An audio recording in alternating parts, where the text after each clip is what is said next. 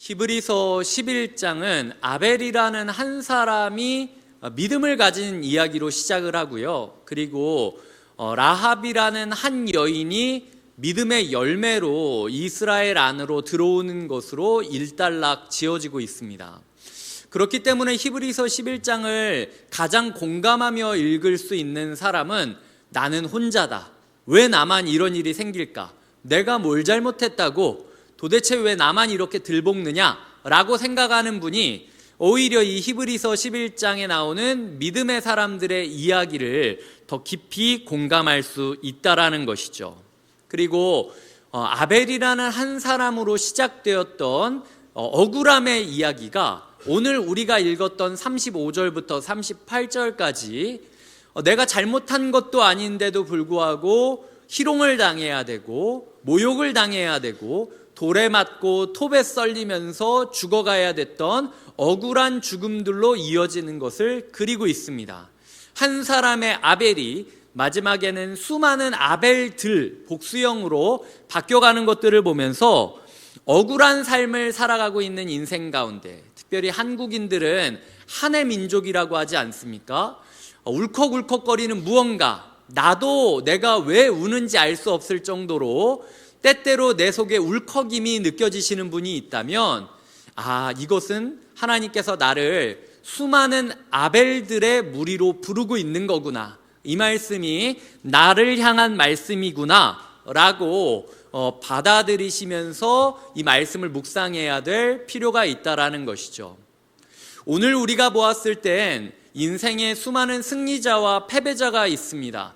32절부터 34절 오늘 본문을 읽기 전까지는 승리자들에 대한 리스트들이 등장하고 있습니다. 왕을 이기기도 하고 기적을 일으키기도 하고 수많은 사람들을 변화시키기도 하면서 그런 소위 세상이 말하는 승리자들, 믿음의 승리자들에 대한 이야기들을 그리고 있습니다. 하지만 오늘 본문은 소위 세상이 말하는 패배자들, 이런 사람이 간증을 하면 오히려 교회를 안 나올 것 같아. 이런 사람이 복음을 전하면 오히려 너나 잘해. 네가 믿는 게 진짜면 널 그렇게 두겠니? 라는 식의 이야기를 들으면서 모멸감을 느껴야 될 수많은 패배자들의 이야기를 그리고 있다라는 것입니다.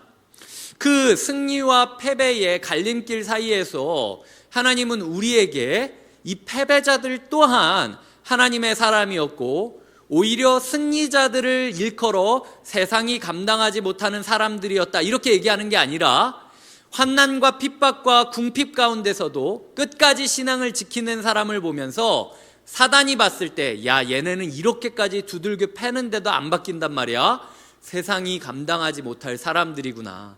이 호칭이 우리가 생각하는 소위 말해서 간증을 하고 승리자가 되고 유명세를 얻고 그래서 마이크를 잡고 이야기하는 그런 사람보다도 어쩌면 이 자리 안에서 오늘도 아프고 오늘도 막막하고 오늘도 슬퍼서 아무도 내 말을 이해하지 못할 것 같다라고 느껴지는 그 성도님에게 세상이 감당하지 못할 사람들이라는 타이틀을 주고 있는 것을 볼 수 있다라는 것이죠. 그래서 오늘 말씀들 안에 있는 몇 사람을 꼽아서 우리가 묵상을 하면서 도대체 우리가 이 말씀을 어떻게 받아들여야 될지 생각해보는 시간을 갖도록 하겠습니다. 먼저 35절 초반에 보면은 여자들은 자기의 죽은 자들을 부활로 받아들였다라고 이야기를 하고 있습니다. 한 여인들이 있는데 그 여인들은 자기의 가족이 죽었다는 거예요. 그 죽은 가족이 부활하는 것을 경험했다라는 것이죠. 부활이라는 영광스러운 기적을 맞이하기 전에 이 여인들은 어떤 상태여야 했습니까? 가족이 죽는 것을 맞이해야 되는 고난 가운데 낭떠러지게 떨어지듯 떨어지는 모습을 볼 수 있다라는 것이죠. 가족이 죽은 뒤에 만약 내가 한 여인이 되어서 아파하고 있었다면 어떤 마음이 들지 생각을 해보았습니다. 소중한 사람이 떠나갔다는 상실감이 있겠죠. 이제는 누구도 나를 도와주지 못하고 지켜주지 못할 것이라는 두려움이 있었을 것입니다. 수많은 위로자들이 내 옆에 있었겠지만 아무도 내 마음을 이해하지 못한다라는 고립감이 느껴졌겠죠. 심지어 하나님을 향한 원망까지 느껴졌을 수 있습니다. 상실감과 두려움과 고립감과 원망. 하지만 그럼에도 불구하고 그 속에서 믿음을 가지고 하나님을 붙잡았던 사람들에게 하나님께서는 생명을 주셨다라는 거죠. 성경 안에서 이렇게 죽었다가 살아난 가족으로 말미암아 회복되었던 여인들이 누가 있을지 찾아보게 되었습니다. 열왕기상 17장에 나오는 사르밧의 과부라는 사람이 있습니다. 이방 한가운데 이 우상을 섬기는 민족들 지역 한가운데에서 있었던 한 과부가 아들을 잃어버리게 되는데 그 아들을 엘리야라고 이야기하는 선지자가 치유시킴으로써 회복이 되게 됩니다.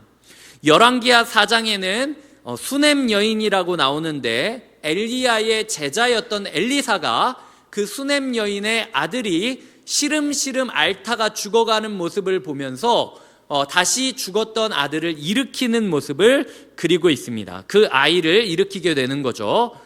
누가복음 7장에 보면은 나인성이라는 곳에 과부가 장례식을 치르고 있었는데 예수님께서 그 장례식 치르던 행렬을 보시고 그 과부의 아이를 살리는 모습이 등장하고요. 요한복음 11장에서는 마르다와 마리아라는 여인이 있었는데 그 여인의 오빠 오라비, 이 오라비가 다시 부활하는 모습을 그리고 있습니다.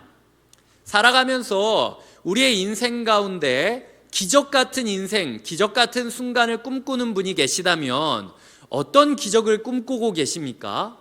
죽었던 사람이 다시 살아나는 것보다 더 큰 기적이 있겠습니까? 하지만 그 기적이 그들에게 평안을 주었는가 한번 생각해 봤을 때 제가 묵상하기로는 그들이 그 기적까지도 진정한 평안을 마주하지는 못했을 것이라는 것이 제 묵상의 결론이었습니다. 한번 생각을 해보겠습니다. 자, 예수님이 죽은 자를 다시 살아나셨을 때, 예를 들어 내가 암에 걸렸다고 생각을 해봐요. 암에 걸린 나를 하나님께서 다시 살렸을 때 육체만 딱 일어나게 하시고 암은 그대로 두실 것 같으십니까? 하나님 그렇게 째째한 분 아니죠. 내가 이것 때문에 아파서 죽었다면 이거를 회복시켜주지 않겠습니까? 그게 당연하겠죠. 자, 그럼 그때부터 역전이 되는 겁니다. 왜냐하면은 나는 내 식구가 암투병을 하고 내 식구가 평생 동안 아파가지고 괴로워하는 동안 병수발을 들고 근심하고 속이 썩어서 문드러질 것 같고 그러다가 떠난 것 때문에 진짜 간담이 녹아내리는 것처럼 괴로워하면서 장례식을 치르지 않았습니까? 그런데 이 사람은 살아난 거예요. 이 사람은 완전히 회복됐죠. 내 속은 어떻습니까? 내 속은 이미 다 썩어 문드러져 있어요. 너무 기쁘지만 그럼에도 불구하고 이제부터 고민해야 될 사실은 얘는 살아나서 다행인데 이제는 내가 먼저 죽을 수도 있다는 거예요. 내가 너무 고생을 했기 때문에 얘를 두고 내가 떠날 수 있을까? 이 사람을 두고 내가 세상을 떠날 수 있을까? 또 다른 죽음에 대한 고민이 시작되는 것이죠. 분명 우리 집안에 죽었던 사람이 살아나는 것 같은 엄청난 기적이 임했지만 그 기적조차도 우리의 인생을 평화롭게 만들어줬던 게 아니라 또 다른 질문거리, 또 다른 고민거리를 안겨주게 되었다라는 거예요. 이제는 내가 먼저 떠나면 어떻게 하는가? 인생이란 떠난 이를 그리워하던가 아니면 먼저 두고 떠나든가 둘 중에 하나밖에 없죠. 평생 동안 우리는 그거 가지고 씨름하게 되는 겁니다. 한편으로는 죽었던 아이, 죽었던 오라비가 다시 돌아왔는데 물가에 내놓은 아이처럼 마음이 조마조마하지 않았겠습니까? 뭐 어디 길가에 나간다고만 하면 마음이 철렁이고 감기에 걸렸다고만 하면 막 깜짝 놀라고 이런 마음들이 있지 않았겠습니까? 이 사람이 또 떠날지 모른다라는 두려움 또한 이 마음 가운데 있었다라는 겁니다. 그렇기 때문에 이 여인들이 죽었던 가족이 다시 돌아왔지만 그럼에도 불구하고 평생 붙잡고 살아가야 했던 단어가 무엇인가? 부활이라는 단어를 붙잡아야만 남은 인생을 살 수 있었다라는 거죠. 그녀는 부활을 경험했지만 영원한 부활, 예수 그리스도께서 다시 오셔서 하나님이 다시 오셔서 모두가 다시 부활하는 그날이 오기 전까지는 영원한 평화는 없다라는 사실을 기억하며 살아갔다라는 것입니다. 여기까지 요약을 하자면 우리의 인생 가운데 많은 기적을 원하죠. 이것만 회복되면 내 인생이 행복할 것 같다라고 생각을 하죠. 솔직히 얘기해 봅시다. 그것만 해결되면 행복한 겁니까? 아니에요.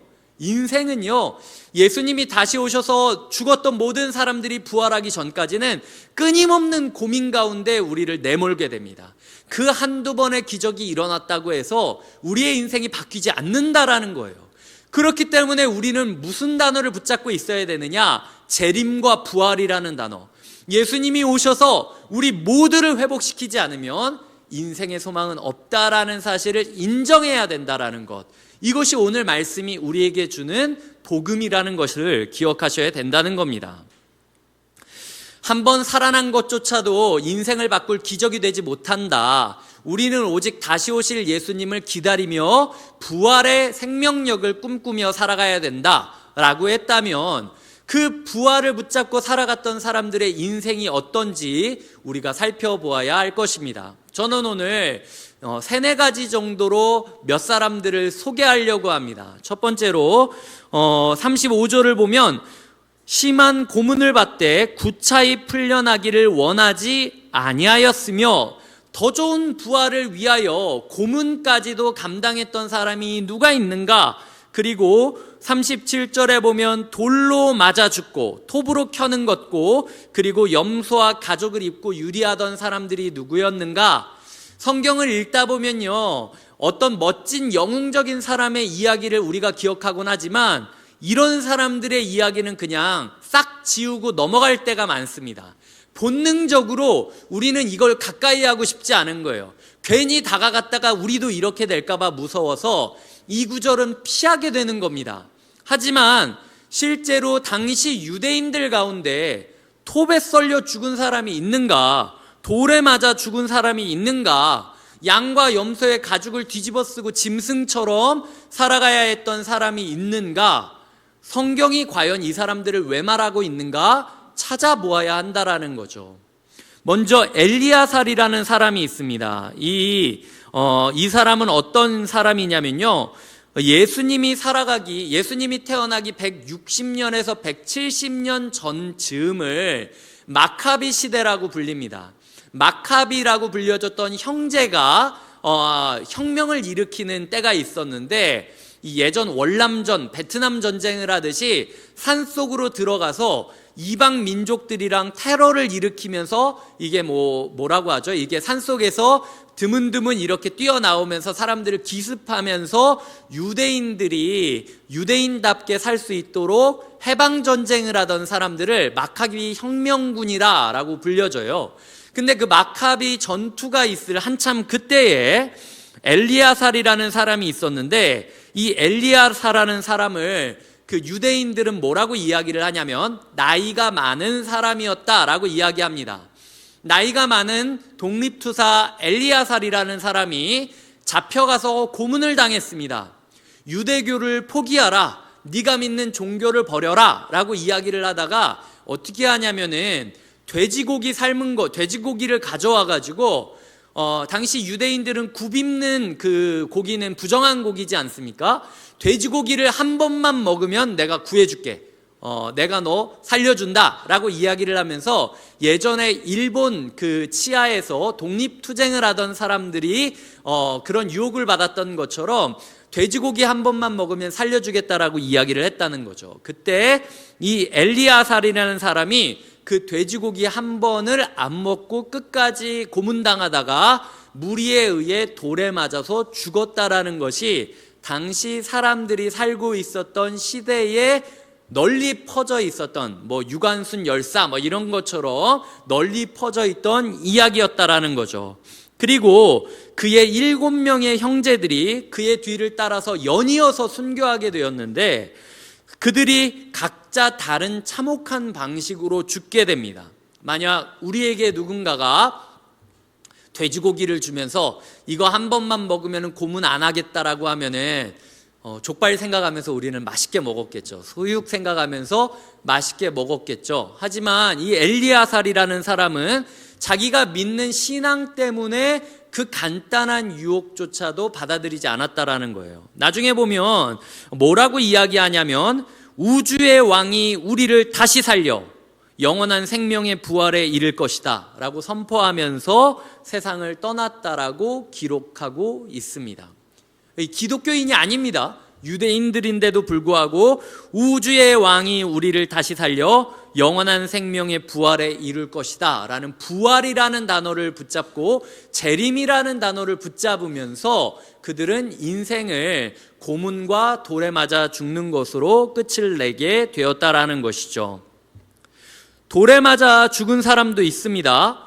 역대하 24장에 보면, 누가복음 11장에 보면 예전에 제가 아벨 설교할 때 이야기했던 건데요, 예배를 잘 드렸던 제사장 여호야다의 아들 스가랴라는 사람이 있습니다. 이 스가랴라는 사람이 하도 기존의 종교 지도자들을 비판을 하니까 사람들이 작전을 짜서 이 사람이 성전 안에서 돌에 맞아 죽은 것처럼 꾸며요. 그래서 이 사람이 하나님께 저주를 받은 것처럼 꾸미면서 이 사람을 죽이게 만드는 모습을 그리고 있습니다.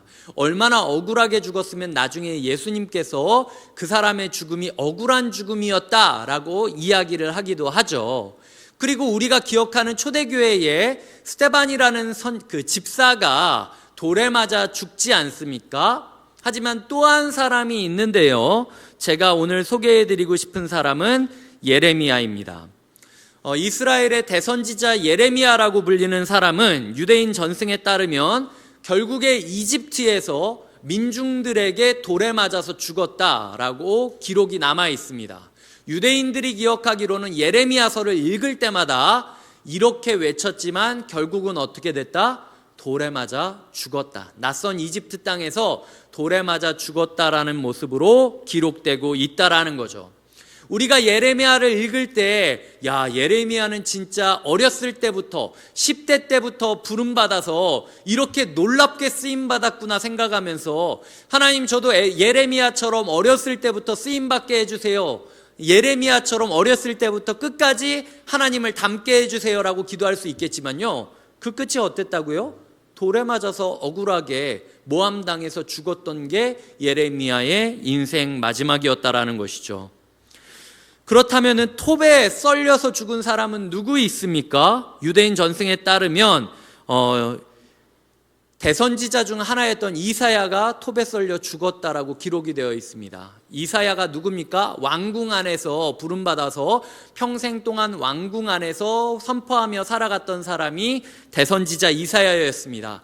구약 속의 신약이라고 불려질 정도로 이사야서를 읽으면은, 성경을 하나만 읽을 수 있다면 이사야서를 읽으면 신구약을 다 확인할 수 있을 정도로 이사야서가 굉장히 통찰력 있는 메시지거든요.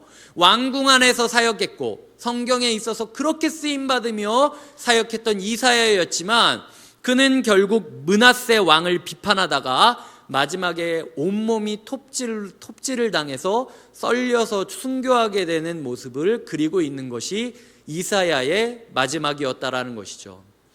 아직까지 수차례 수십 번 성경을 읽으셨지만 예레미야가 어떻게 죽었다더니 이사야가 어떻게 죽었다더니 관심도 없이 그냥 읽으면서, 예레미야가 어떻게 되고 이사야가 어떻게 됐는지는 난 알 바 없고 그냥 오늘 나한테 뭐가 도움이 될지 좀 알려달라고요 라는 마음으로 성경을 읽는 사람과, 이렇게 하나님께 쓰임받고 이렇게 희망의 메시지를 외쳤지만 그럼에도 그 자신은 톱에 썰려 죽어야만 했고 돌에 맞아 죽어야만 했다라는 사실을 알면서 이사야 후반과 예레미야 후반의 희망의 노래를 읽는 사람은 저는 다른 묵상과 다른 깊이를 얻을 거라고 생각을 합니다. 중요한 건 우리의 삶 가운데, 하나님 저는 왜 이렇게 저만 이렇게 힘들어요? 왜 이렇게 저에게만 이런 일이 일어나요? 왜 저는 하나님께 쓰임받지 못해요? 쓰임받는 사람은 유명해지고 정말 위대해지는데 왜 나는 이렇게 억울하게 돌에 맞는 것 같고 억울하게 톱으로 썰리는 것처럼 심장이 막 조각조각 나는 것 같죠? 라는 분이 있다면, 하나님께서 너 엘리야사를 알고 있니? 너 예레미야가 어떻게 됐는지 알아? 너 이사야가 어떻게 됐는지 알아?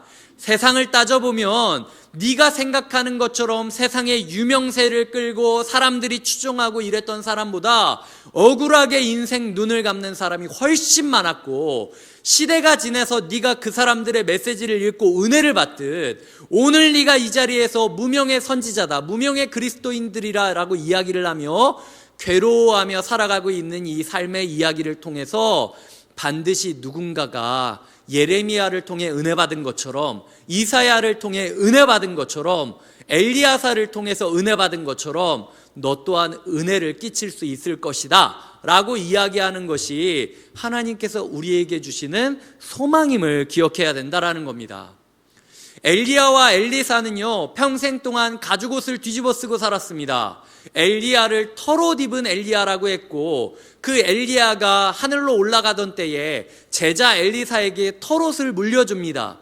털옷을 가지고 그가 강물을 치니까 강물이 갈라졌다고 하는데, 결국 털옷을 뒤집어 쓰고 사막을 떠돌아다니면서 하나님의 복음을 전하던 짐승과도 같았던 삶이 구약 성경 안에서 누구보다도 예수님과 제자들의 사이를 알려줄 수 있는 엘리야와 엘리사가 걸어야 했던 인생이라는 것이죠. 사사기 6장에 보면은 토굴에 유리했던 사사들에 대한 이야기가 나옵니다. 사무엘상 23장에 보면은 아둘람 굴에서 공동체를 이루었던 다윗의 이야기가 등장하고 있습니다. 엘리야와 그 시대 100명의 선지자들은 땅굴을 파고 동굴 속에서 혼자 엉엉 울면서 있어야 했고, 엘리사 또한 그렇게 살아가야만 했습니다. 우리가 봤을 땐 나만 힘들었다라고 생각할 수 있겠지만, 성경에 우리처럼 힘들지 않았던 사람은 한 명도 없었을 수 있다라는 것이 성경이 우리에게 주는 교훈이라는 것이죠. 오늘 제가 드린 이야기를 4가지로 좀 요약을 해드리도록 하겠습니다. 첫 번째로, 억울하게 고통받는다라고 느껴지시는 분이 계십니까? 혼자가 아니라는 거예요. 이 자리에 함께 고통받는 성도님이 있습니다. 이 자리에 함께 아파하고 있는 억울한 사람들이 있습니다. 성경을 펼쳐보면 억울하지 않은 사람이 없다 싶을 정도로 아벨부터 수많은 아벨까지 우리에게 그의 피로써 외치고 있는 사람들이 있다라는 거죠. 왜 나만이라고 이야기하시는 분이 있다면 오늘 이 자리에서 위로받으셨으면 좋겠어요. 내가 혼자가 아니었구나, 내가 실패자가 아니었구나, 내가 낙오자가 아니었구나, 다 나처럼 힘들었고 그럼에도 불구하고 이 길을 걸어갔구나 라는 위로를 받아야 된다라는 거죠. 두 번째로, 사람들은 그 이야기를 잊어버렸지만 하나님은 잊지 않으신다라는 것입니다. 우리는 엘리야살이 누구인지 기억도 못하고 예레미야가 어떻게 죽었는지, 이사야가 어떻게 죽었는지 관심도 없지 않습니까?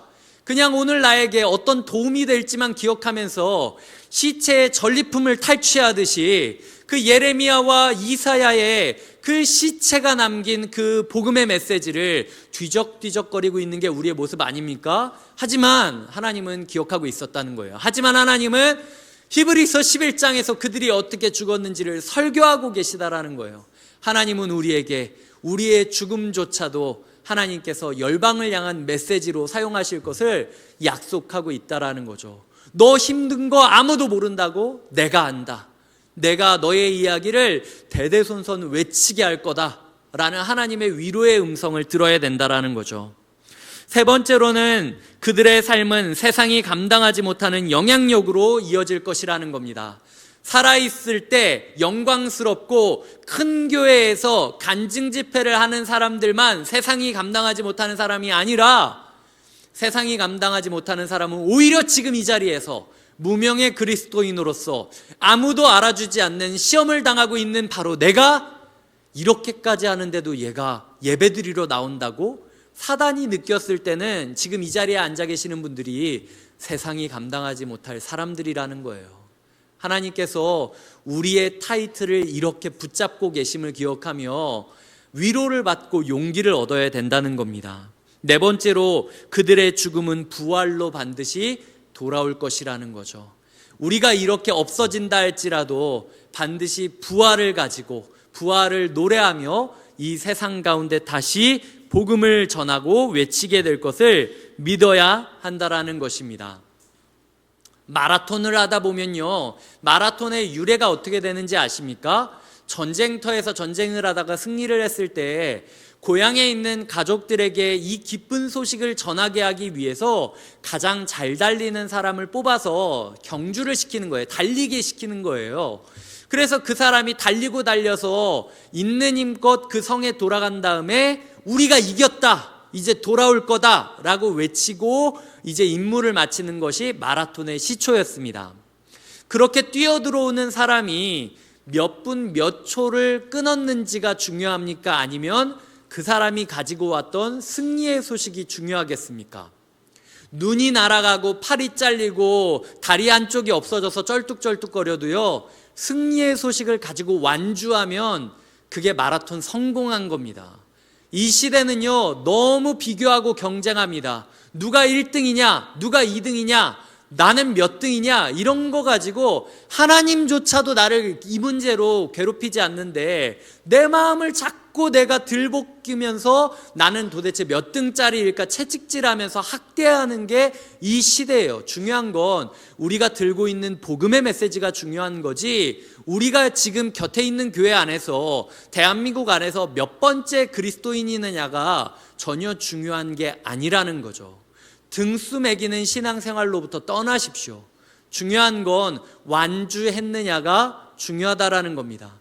하나님께서는 살아도 주를 위하여 살고 죽어도 주를 위하여 살아라, 살아있을 땐 세상이 감당하지 못하는 사람들이라고 불리며 우리의 눈을 뺐고 손을 뺐고 다리를 꺾어도 끝까지 그 승리를 전하려고 달려가라 라고 이야기를 하고 있고, 죽음으로도 부활을 전하게 될 것이다 라고 약속을 하고 있다라는 거죠. 그러니 낙심치 말고 부활의 소식을 붙잡고 재림의 소식을 붙잡고 살아가는 사람이 되어야 한다라는 겁니다.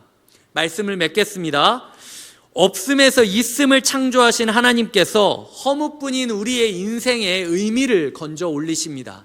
우리의 삶 가운데 허무하다, 공허하다, 내 인생 의미가 있나라고 생각하는 분이 계시다면 그 허무한 인생 가운데 천지를 창조하신 하나님께서 의미를 부여해 주실 것을 믿으셔야 된다라는 것이죠.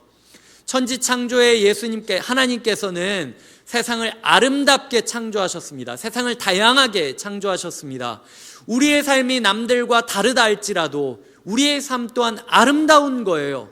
때로는 돌에 맞고 때로는 톱에 썰리는 한이 있다 할지라도, 때로는 심장이 조각조각 나는 것처럼 외롭고 괴롭다 할지라도, 그럼에도 우리의 인생은 아름답고 다양한 겁니다. 살아있을 때는 세상이 감당하지 못할 사람들이라 불려질 것이고, 죽어있을 때는 부활을 노래하는 사람들이라고 불려지게 될 것입니다. 그것이 우리 주님께서 우리에게 약속해 주시는 약속임을 믿고 이번 한 주도 주님이 주시는 생명의 위로 가운데 살아가시기를 마음 다해 축복드립니다.